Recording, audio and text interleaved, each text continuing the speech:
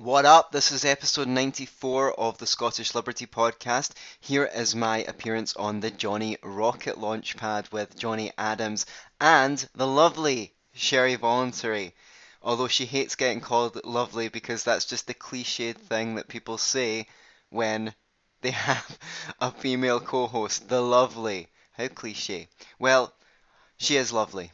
Unfortunately for her, but she's also quite cheeky. I hope you'll enjoy this show. I loved the quick fire questions round. If this is worth it for anything, it's worth listening to for that, and I know you'll get a lot out of it. Enjoy. They can bribe those people to vote for them by giving more handouts. So this just basically comes down to incentives. You're talking about the incentive to work. There's also a disincentive for the government to cure poverty.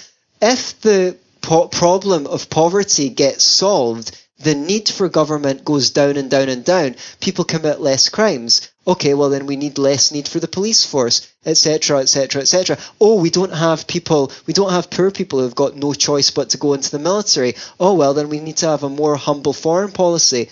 The end of poverty is the end of many of the functions which the state fulfills. So the state is always going to be incentivized not to allow poverty to be abolished. Information is free. The law.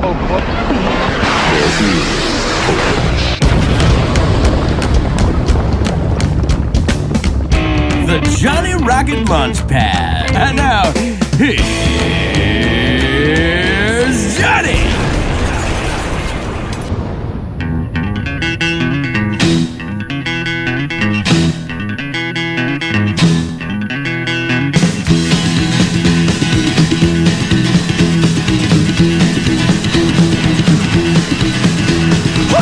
Johnny Rocket here at the Johnny Rocket Launchpad, always launching ideas in your direction. America's only rock and roll libertarian radio show. And I'm here with my new and beautiful co-host for this show.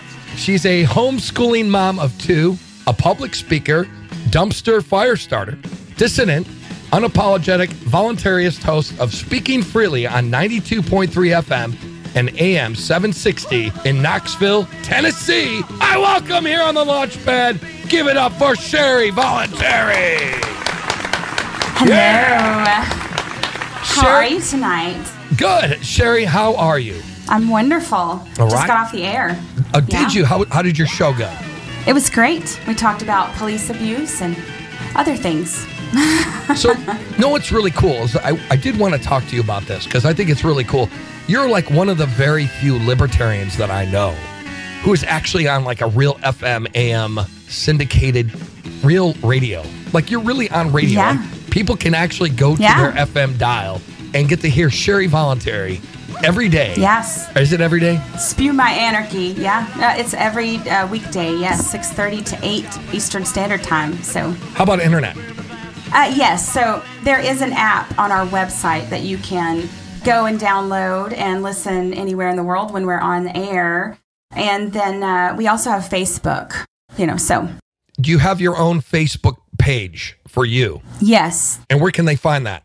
Mine is Sherry Voluntary, but we have the Speaking Freely show page as well. Very cool. Very cool. And Sherry, I've heard of you. You're kind of a legend in libertarian circles. And so I figured, I get to know you and you're just a cool chick, and it's such an honor for you to be here.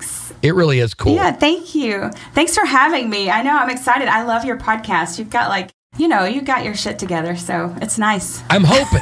You're like the first person who's ever said that. Usually it's like, Johnny, just stay the fuck away from the radio. Just stay away. You're pissing people off. What are you doing? And it's like, I'm a libertarian. And they're like, okay, yeah. Okay, another one of those shows. Touch that dial. Yeah, well, it's like, I tell people I'm a libertarian. They're like, oh, so you're a conspiracy theorist. I'm like, no, I never said that. No. They always lump me in with Alex Jones or some bullshit. Right. There's a few of us out there like that, though, so. Oh, there is. There is. And yeah, there is a few. Anyway, so we have a really cool guest. And what was interesting is, we were talking and I was like, Sherry, why don't you be a co-host with me on the Launchpad? And she's like, yeah. So I told her the name because I'm not going to introduce the individual yet. And she's like, I just had him on mine. So I'm thinking great minds think alike. And this is I'm really honored to have this guest here. I've heard of him on the Tom Woods show. He's been on there a few times. So this individual is a therapist, libertarian. He's a passionate economics writer, which is right up. I love economics. That's like the coolest thing ever. This individual is a member of the Scottish Libertarian Party. He's a co-host on the Scottish Liberty podcast. And he also writes articles for the rationalrise.com. And he is also doing a podcast called Be Yourself and Love It. And you can find his new ebook called Procrastination and Annihilation. You can find that at beyourselfandloveit.com/do it. I welcome here on the Launchpad. Give it up for Antony Sammeroff. Yeah! Antony, how the fuck are you, sir? Fucking phenomenal. After a intro like that, I better be on form tonight because it's midnight Scotland time, and I bet clearly my reputation precedes me, so I better live up to it because people have been saying lots of nice things about me, and I'm not sure how I feel about it. They'll start to think at home that I'm some kind of decent person. In real life, you're like, you drink a lot, you smoke a lot, you do all the bad shit, but then everyone thinks you're cool. Someone has to have fun. Yeah. You know, libertarians can be a little bit stiff upper lipped, so that's right. I need to be bringing it back with you, rock and roll style. So glad to be on the Johnny Rocket podcast. I feel extraordinarily privileged. I love your passion, and whenever you speak, I don't know, I want to run around and just be in a good mood. You bring such positive energy to libertarianism. Well, that's what liberty's about, man. It's about freedom. Go ahead, Sherry. I'm sorry. No, I was going to say you make what people want to, act like the ADHD kid in the class who can't sit still. You just have to get up and move. That's right. Well, and those psychiatrists used to accuse me of oh, I think you have ADHD, and I probably do, but and this is why I drink, just to kind of even myself out, because if I'm not, I'm just spinning out of control.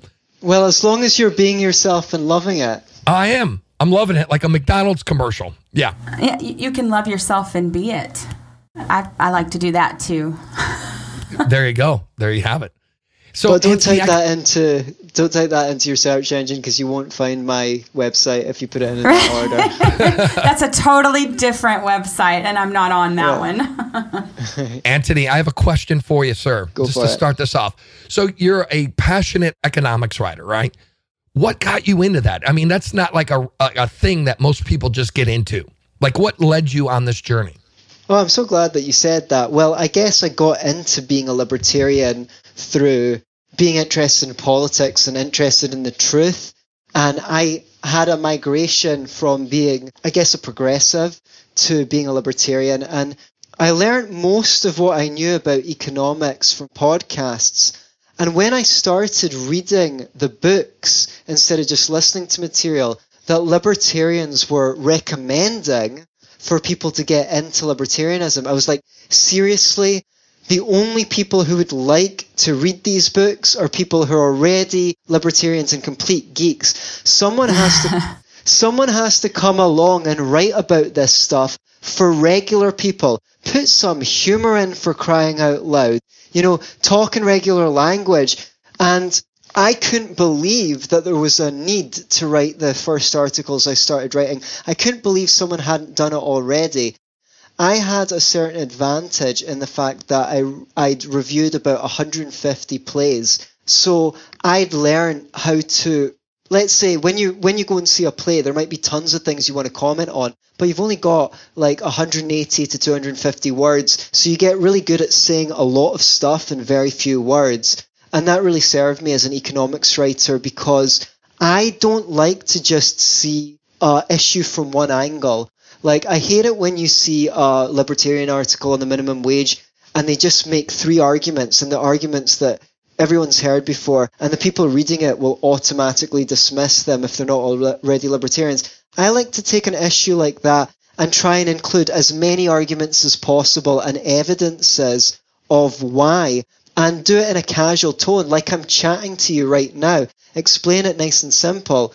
And that's why I started writing, not because I had a sudden urge, but just because when I started reading books, I was like, I think, these are great thinkers, but I think I could communicate these ideas in a more down-to-earth way. And since I was previously on the left, I thought I could write them as though I was speaking to my younger self and condense, 5 to 10 years of learning on a subject into one article. And that way I'd give people a shortcut to arriving at my knowledge, not just by addressing an issue from one angle, but as many angles as I possibly could, so that when someone finished reading the article, they'd be like, yeah, I really understand that. Like, I'm feeling that. Like, I think I understand that fully. I don't just have a gist of it.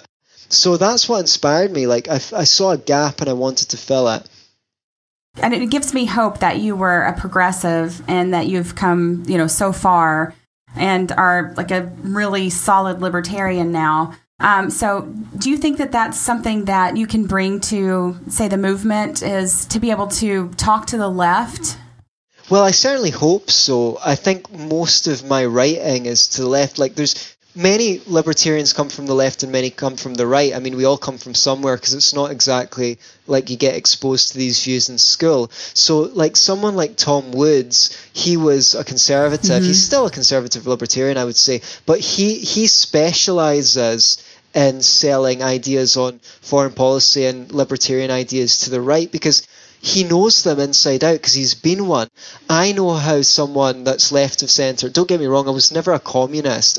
I always believed in a mixed economy. Like, I was for capitalism, but I thought it had to be heavily regulated, and we needed all these, and all these things. So I wanted the government to make capitalism more fair. I wasn't anti-capitalist as such, but I really understand the world from seeing from that point of view, and that helped me, because sometimes I'd read libertarian articles and I'd think, this isn't going to reach someone that's like me where I was before, because if I was that person reading through this, I'd be like, yeah, but you're not considering this, and you're not considering that, and you're not considering that. So I dismiss that article. But because I know all of the bouncers that people who were like me have in their head, when I make an argument, I can say afterwards, and you might be thinking that argument doesn't work because X, but actually Y. And if you think N, then actually here's another thing so I can speak to my younger self in my articles and bring them round to my position, hopefully. And if anyone wants to see all my writing, yes, you can go on The Rational Rise. You can also go directly to my blog, which is seeingnotseen.blogspot.com. But yeah, all of my blogs are syndicated on The Rational Rise. So whenever I write a blog, it automatically gets posted to their website and actualanarchy.com. So my stuff is all republished on The Rational Rise and Actual Anarchy. Antony, really quick, man. And I think it's great because you're about to say the N-word, and I was going to stop you on this show. I was kidding. But no, you said if neocon? Yeah, neo-Confederate. All right. Yes. Neo-Confederate. Oh. I was okay. That's pretty funny. I never saw that one coming, actually. So, like, what I was gonna say is, though, I don't think that there's a lot of opportunities for libertarians to actually reach over to the left, and I know there's guys like Robin Kerner, and maybe I'm wrong. I said I could be wrong, but I was thinking about it for a while, and you bring up these ideas of government, and we don't want the government, but I think that the left are so sold on the ideas that there has to be a safety net. There's got to be, there's got to be bureaucracies, and what about the children? And if you don't want rules and regulations, and you think child labor is okay as long as it's voluntary, you hate kids, and you want to kill dogs, and you want the environment to die, and you just want, because you're a greedy son of a bitch. And kids dying in the street. Exactly. That sounds like a good night. It's a great night.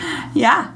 But what I'm saying is, I just don't think it's really, I think it's harder to talk to the left about libertarianism than it is to the right. I think the right kind of gets it. We want limited government. Your libertarians are a little weird, but we're kind of still going in the same direction of limited government, and we want no government, but we're kind of still cool. With the left, they just fucking hate them. I don't know. That's what I've experienced. Well, some of them do it, and it depends. The further left they are, the more grievances they have with us. But it's because you need to speak to the left differently than the right. The left believe they're all about compassion, they hate oppression, and obviously they're big on equality as well. So one thing is, it's important to show the compassionate face of libertarianism and talk about libertarian policies that help the poor. Like soon I'm putting out a book called Universal Basic Income For and Against. And in that book, half of the book, well, a third of the book is dedicated to libertarian policies that would help the poor. And I do that because I know who it's aimed at. It's aimed at the left. But you're right in that a certain kind of libertarian argument really doesn't work with the left. It might work with the right, but it doesn't work with the left. And that's, well, it's the use of force, therefore it's wrong. And they're like, well, no, because in their opinion, if the use of force results in less suffering than not using force, they're not necessarily against it. They're like, well, yeah, but the alternative is kids dying on the street. So I'd rather initiate a lot of force and not have those kids die than forswear force. So when you're speaking to leftists, it's really about knowing what their values are. So I said one of the things they really hate is oppression. So if you can demonstrate the way that the government plays into the hands of big business or oppressors, they're more likely to be listening to you. So for example, here's a fact that I always like to cite. According to the Sunlight Foundation, a non-partisan, non-profit organisation that aims to make the government more accountable and transparent, for every $5.8 billion spent by America's 200 most politically active corporations between 2007 and 2012 on federal lobbying and campaign contributions, they got $741 back in return in kickbacks and benefits. And that just goes to show that the government is not a referee in the market. It's not there to make things fair. It serves the big boys. And the other problem with that is it poses a tremendous threat. Because if I've got a business and for every $1 I spend lobbying, I get $741 back, then I'm not going to be focused on serving my customers primarily unless I can get $742 for every dollar I spent serving my customers. Now, I don't know if you've ever known anyone who runs a business, but anyone would be rubbing their hands in glee if every $1 they spent on their business, they got $741 back just by selling products. So having a government is a corrupting factor in the economy, because when companies can get more back from lobbying the government becomes their client. They spend less on innovation. They spend less on developing their products. They spend less on advertising. They spend more on lobbying the government. So that these kinds of arguments will appeal more to the left if you want to take their interest. You know, talk about how government is a corrupting factor, actually. Then you might be able to find some common ground. Yeah, I what you're talking about really, it brings to mind, you know, one of my favorite books, which is The Righteous Mind by Jonathan Haidt. And, you know, the subtitle of that is Why Good People Disagree About Religion and Politics. And that really is true. When you know where someone's coming from, you can sort of use that to your advantage to speak to them in a way that they'll understand. And I think that's really what you're getting at, is that, you know, that compassion is their moral foundation. And we have to show them where their policies really aren't compassionate as much as they are just, you know, whatever their agenda is. And the right does it as well. But we can talk to them in terms that show how libertarianism actually is the most compassionate, because it protects individuals. We care about the individual, and they're the greatest minority, as Ayn Rand said. So, you know, we have the ability to do that if we can communicate that libertarian principles to them. I don't care about people. I don't. I'm kidding. No, but I mean, you're just lighting cigars with $100 bills that you got by exploiting children in sweatshops in Indonesia and Bangladesh. You know, it's funny though. It's like, I'm broke, you know, and I always tell people I'm broke. I don't make shit for money. I make enough to live. I can't go out and buy anything that I really want. I have to save for it. I know it sucks, but I actually have to save for things. Like, I really want that stereo. Oh, damn. I can't go out this week. But this is what I think. It's a good thing. But you know Yes, what, sir. Johnny? If only there was a centralized body with like all the guns and the monopoly over the use of force, then maybe they could reallocate some money to your That's right. broadcast so that you could buy that but you know Cadillac. what's fucking funny though?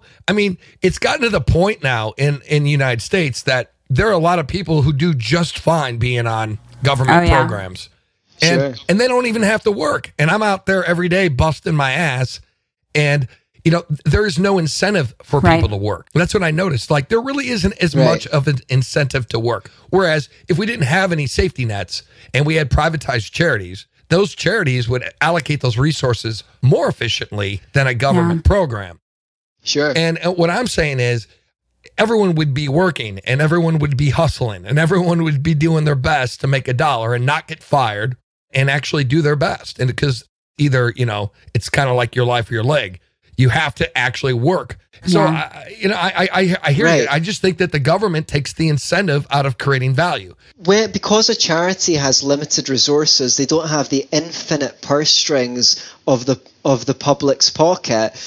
They will not just go, well, to a poor person, here's your check, like, go on, do whatever you want with it. They'll be like, well, what are your needs? Like, do they need drug counseling? Do they need some communication skills to be able to get a job? Do they need skills? Can they provide training to the people that they're trying to help so that those people can become self-sufficient? Or can they say, yes, we're more than happy to give you some money, but in return you need to volunteer and do this and this and this, and by doing that you'll meet people and you get some experience, you'll get something on your resume, and then we can get you a job. Because the charity is going to want to get people off the rolls as quickly as possible so they can move on and serve the next people who are in need. Now, one of the ways the government differs from that is public officials don't really benefit from getting people off the welfare rolls, because the welfare rolls are a bunch of voters who they don't want not to vote for them. They actually do incentivize people to stay on it as well, because if you actually start to work and you're not making that much money yet, they cut your funding and then you're worse off than you were. So yeah, you fall off the welfare cliff. Mm-hmm. That's right. Really interesting stuff, guys. Anyway, so it's Johnny Rocket here at the Launchpad, always launching ideas. And guess what? I'm here with Sherry Voluntary. You can hear her on Speaking Freely at 92.3 FM and AM 760 in Knoxville, Tennessee. And I'm also talking to our guest, Antony Sammeroff. And again, you can find his free ebook, Procrastination and Annihilation. And you can find that at beyourselfandloveit.com/do it. Anyways, that's Johnny Rocket.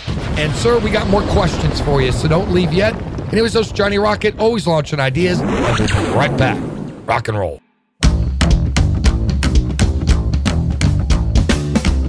The Johnny Rocket Launchpad. And now, here's Johnny. Hey, it's Johnny Rocket here at the Johnny Rocket Launchpad, always launching ideas in your direction. America's only rock and roll libertarian radio show. And I'm here with my co-host, Miss Sherry Voluntary. Woo! Yeah! Bam! And we're talking to our guest, Antony Sammeroff. Awesome shit, man. And I'm really happy that you're here on the show. And anyway, so what we do here on Rocket Fires, sir, is I'm going to ask you a series of 10 questions. These questions will be politically or economically related. And if you can answer these questions between 30 to 60 seconds, that'd be badass. Antony, are you ready to play Rocket Fire? I'm ready to play! All right, question 1. If capitalism rewards only people with ability, how can those who can't compete be rewarded? Well, under a capitalist system, there's always incentive for employers to have their employees well trained so they can make more money. So those who aren't capable can get a low-wage job and learn skills on the job, change to another job, do the same thing until they're so skilled that they can get a higher-paying job or create their own job or start a business. And there's the maximum number of jobs on a free market because there's so few or no labor regulations. Bam! Great fucking answer, dude. Great answer. Question 2. How could the free markets actually protect the environment more than government regulation? Watch my YouTube video, Only Capitalism Can Save the Planet, Socialism Will Destroy the Earth. Well, no, actually, because property rights, you're not allowed to damage other people's persons or property, and so you can be forced to compensate people for polluting what would currently be considered public resources. If you pollute the river, you're obliged to return it to its original condition and pay a fine under the free market. Or you're a dick. Or, well, yeah. Question 3. What are some important aspects that distinguish capitalism from other economic systems? The private property and the voluntary exchange of goods and services are what defines the capitalist system. Under socialism, the means of production are considered to be owned in common, and that's the primary distinction. Right on, man. Question 4. What do you think of people who reject the idea of free markets? They are badly informed about history and economics and don't know what they're talking about.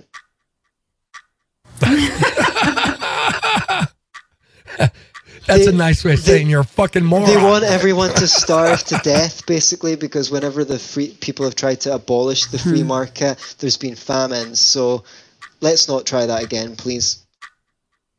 Yeah, I agree. Question 5. Do you think capitalism will remain the dominant economic system? And if so, why? Oh, is it even the dominant economic system now? I would say we have a very socialized version of capitalism. A large percent of spending is public spending, and the whole of the market is regulated, and the currency is issued by the government through a central bank. So that's not really fundamentally capitalist. So if things go in this direction, it's going to get worse and worse until people realize that the government's making it worse, not better, and then maybe things will start to get more free market orientated. The only thing saving our asses right now is the speed at which technology is advancing, because if it had advanced slower, then we'd be getting poorer with this much of a growth in government instead of richer.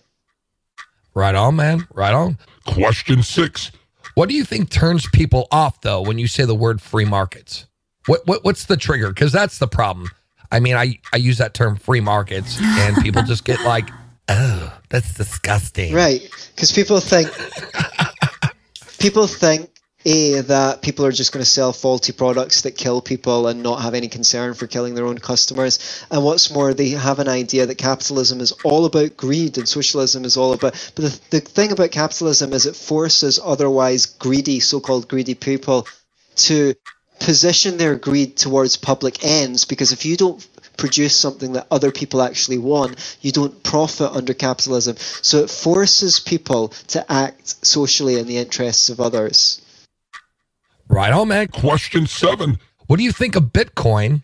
Is it a viable currency, or do you believe in like a commodity like gold or silver? All of the above. I think that people should be able to trade with whatever currency they want, and the free market will sort out which currencies are useful to which ones aren't. I'm not going to say what the best one is because I'm not into central planning, even if I'm the central planner. Right. Question 8. What do you think is the worst type of tyranny? The tyranny within each of us. Every one of us has a state within us that oppresses us and stops the freedom of the movements of our soul within our being. I'm not going to say that there is not an external enemy, because there is one, but the external enemy is a reflection of the inner enemy within each of us. And the more we sort ourselves out and become free, we be ourselves and love it, we follow our passions, the less need there will be for the state to reflect our inner chaos. Bam! Good answer, dude. Holy shit, that was deep. That was deep shit, man. That was some deep shit, bro. All right, question 9. What do you think are the different types of liberty? Individualist liberty, I guess, is the only kind of liberty, because the individual is the only unit that exists. Well, it's the fundamental unit from which other units are built from. So if you get individual liberty, all other liberties are a species of that, or they evolve from that. Bam! Dude, you're good. Thanks. Actually, I'm glad we're recording this. Question 10. What could be the dangers of democracy? Oh, how long have you got? Well, the problem with democracy is it's bribocracy. There's always an incentive to bribe voters with other people's money for a bigger government. There's not much to vote for someone who says, well, I'm going to give you nothing. So democracy inherently tends towards the growth of the state because of the incentives inherent in it.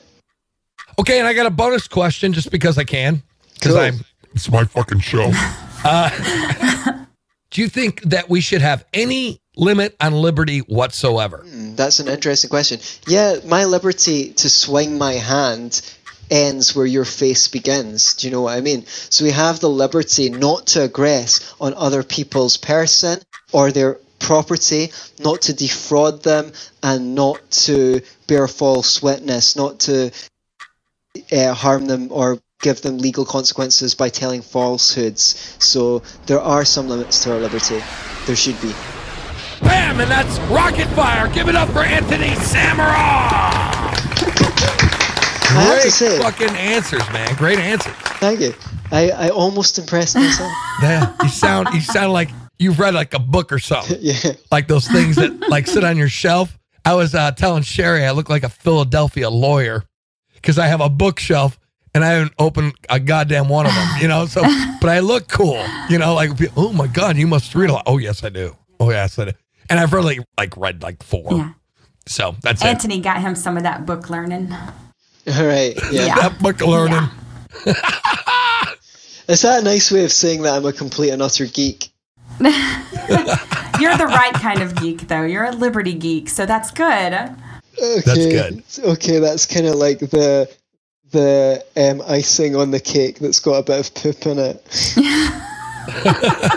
I'm taking the compliment. I'm going to run with Great. it. Take it, dude. Just take it, walk it, take it home, put it in your bed, go to sleep. You'll feel better. All right. So, Sherry, you had some things you wanted to talk to Antony about. I have your book, Popular Misconceptions About Capitalism Debunked. Oh, and yes.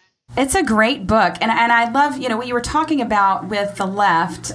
These are often questions that come up with the left, especially about capitalism, and even with people on the right, because they don't understand economics. And so you have this book laid out in such a way where you have the misconceptions in one column and then the facts that, tell the truth about it in another. And this book is, I love it. I just think that it can really help us do those quick answers and the pared down answers for exactly what people are afraid of, because people are afraid of capitalism. Yeah. So do you have any thoughts on capitalism itself and how we can talk about it in that way to get people to understand it and not be afraid of it? Yeah, I mean, the reason why I wrote that book is because if you've been on Facebook for a long time and you're a libertarian, you get annoyed at people making the same arguments over and over again. So I started collecting my responses to the most popular arguments. And I thought it would be great to put a little book together so that when other people get in Facebook debates, if someone comes up with one of those arguments, they can just copy and paste my answer. And then once the person they're debating responds to my answer, they can have a more meaningful discussion with that person instead of having to, it wouldn't be much fun to you if you were a physics professor and someone came up to you and said, the law of gravity is like bullshit because helium balloons go up. So obviously you don't know what you're talking about. So I've taken those arguments that libertarians hear over and over again and given you ready-made answers that you can copy and paste, so that once people have objected to that answer, you can maybe say something that you can maybe answer an objection that you've not had a million times before. Yeah. We need one that's Morodes. That's the next book you need to write. Well, I mean to do a second edition of that at some point, but I've got so many unfinished projects at the moment. I'm just trying to prioritize them because there's a few things that I didn't include, like what about monopolies? So I have a question for you, Antony. I'm really for child labor. All right, so I'm all for it. I want little kids to be working in coal mines. I do. I mean, It's cool. I mean, those little fuckers need to fucking learn how to work, right? So I'm all for that. Can you defend that position? Because, I mean, that's a common question. If we didn't have laws or government regulations, because there are natural laws, but if we didn't have government regulations against child labor, would it exist today? And why is this whole thing about the government actually stopping it bullshit? Well, as Ron Swanson said, child labor laws are ruining this country. Interestingly enough, I have written an article about that once on child labor. It's a myth. It's a myth that government got rid of child labor. In fact, let me see if I can get some figures here quickly. By the time the labour laws were passed, almost all the children in Britain were already in school, and in the US, around 90% of the child labour had been eliminated anyway. What actually happened is because of capitalism, because of the progress of industrialisation, one person could produce the labour of several people. So the factories were much more productive, and your dad could make you enough money to feed you and send you to school, which all through history children worked. They worked in a farm. So it was actually capitalism that abolished child labour, not the government. But there's something to be said for getting work experience. I mean, people are coming out of school after, whatever it is, 10 to 15 years of obligatory education. And they can't even get a minimum wage job. That means the schools are failing those people. Like, I'm not saying that schools should be all about learning how to work, but that amount of time, 11 to 13 years, is enough time to become a concert pianist. It's enough time to become some of the most well-trained professions in the world. So the fact that you can come out of that without a minimum wage job and not be able to get a minimum wage job is a huge disservice. So a great way to supplement education would be to have kids go out and learn stuff on the job, so that when they get out of school, they're not going to be like, I don't know what I'm doing with my life. I'm completely incompetent, not prepared to live in the real world. So yeah, lots of jobs that adults find boring, like making photocopies for ages or anything like that, are an absolute, or putting, like, when I was a kid, my dad owned a factory that made plasters and bandages and first aid kits. And I used to love going in there and counting up the plasters into 10 and putting them in a little Polly Pocket and putting them in the first aid kit. It was an adventure. So that's a great way of, like, not making adults do jobs that will make them go crazy. Why not, get the kids in to do some of that kind of work, and while it's still an adventure for them and they feel like really adult because they're contributing to society. One of the problems with the education system is the work isn't meaningful. It's just a worksheet. No one's ever going to read it after your teacher marks it. It's not like making a table which someone can then put their drinks on. That's alienating. That is what is alienating at school. People do work. No one ever reads it again, and it gets put in the bin. Why can't they be learning from doing stuff that benefits other people so that they feel powerful? They see the effects of their actions in the world, and that will inspire them long into their lives to continue to take action, to contribute, because, that's, most of us, like, want to do something that, like, cool, like, they were passionate about, that affects other people. You don't, so, yeah, and allowing children to work under the right circumstances, there must be good. It must prepare them for life, for being an adult. I know my son, when he went to public school until 4th grade, and he came home, it was before the school year started back, and he asked us, he was like, please, can we homeschool? So we thought about it, because it was joyless for him. He's a bright kid. He was bored often. And a lot of his schooling was busy work. And then they would send the busy work home, and I would send it back with a note. He's not doing this. Like, this is ridiculous work. He's not, going to do this. So I think that that's a big point that you made, that it's just kind of soul sucking, a lot of what they do in school. And they could actually be learning real world skills that help them. I started working with my mom when I was 8, and I've been able to do that, clean houses, which is what she did. Throughout my life, when I needed extra money, I could take on a client, and there I go. I had skills to do that. So I think it's a great thing. Well, I think it's great because the kids can actually start paying rent when they're 8. And I'm kidding. See, I say these things just to piss people off. But no, you guys are right. I mean, it's great because, I mean, my first job, I was like 15 years old, and I worked at a Chinese restaurant. as a dishwasher, and I wasn't really happy about it because I wanted to be a brain surgeon or some bullshit like that, right? So I decided I would be a dishwasher, but guess what? It taught me to show up on time. It taught me to respect the boss because I had a girlfriend, so I wanted to like take her out. And you know what I'm saying? Yeah. So like I wanted to be like I have a car, like I'm cool. I'm sort of cool. I have a car, but it was a shit car. But besides the point, it was still a learning experience, and it gave me a good work ethic, and it was a good foundation. And this is what people don't have today.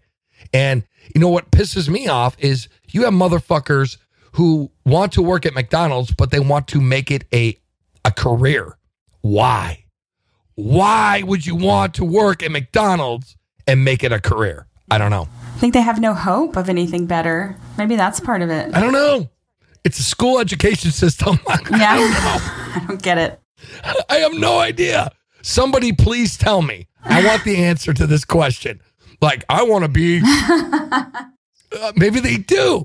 Maybe it's like their fucking cat, maybe it's their cat's meow. I don't know. They're the best McDonald's. fry maker ever. No, I agree 100%. That's like crack cocaine. Yeah. I always tell people, well, I eat, I'm in Seattle, and so everyone's like, I eat healthy. I eat like seaweed and shit. I'm like, fuck.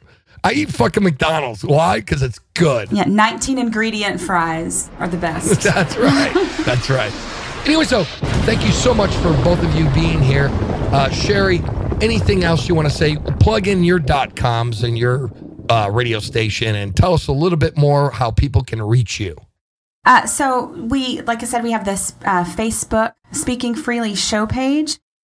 You can also go to, I believe it's 92.3wetr.com. It's something like that, a combination of it. So that's, oh yes, here it is on the wall. Talk Radio 92.3.com. You can go there and you can, listen, grab the app and you can listen to us. We are on SoundCloud and Stitcher and some other places that I'm not really sure of. So, and you have like a podcast too with the radio station? Yeah, so I don't have my own podcast yet. That is in the works, but we do run the show as a podcast as well on Stitcher and SoundCloud. Bam! So awesome, Sherry, you're like awesome. Thank you so much for being here. Thank you for having me. And we're gonna do the after party. So like, you guys don't leave yet. If you are a paid subscriber, you will get the after party. And so this is incentive. Right? You see how you did that? See how I did that, Anthony? This is incentive. Capitalism. That's right, evil fucking capitalist. This is incentive for you guys to go ahead and give me $5 a month because you know why? You can. And I deserve it because I do a good show with these fine people who I have as guests. So anyway, so Antony, thank you so much for being here. Give it up for Antony Sammeroff here on the Launchpad. Antony, give us your .coms. Just go ahead and give us your book again because I'm going to forget. Actually, it's probably embedded in my memory as many times as I said it, but go ahead. Yeah, the best way to find out where all of my media is download my free ebook, Procrastination Annihilation, from beyourselfandloveit.com/do-it. All of the links to my other media are inside the book, so if you get that, you get everything. Bam! Dude. Anyway, so dude, thank you so much for being here on the Launchpad, and rock and roll, everyone, and hope to see you next week. We got more guests coming up. It's gonna be fucking awesome because this is the goddamn Launchpad. So rock and roll. See y'all next week.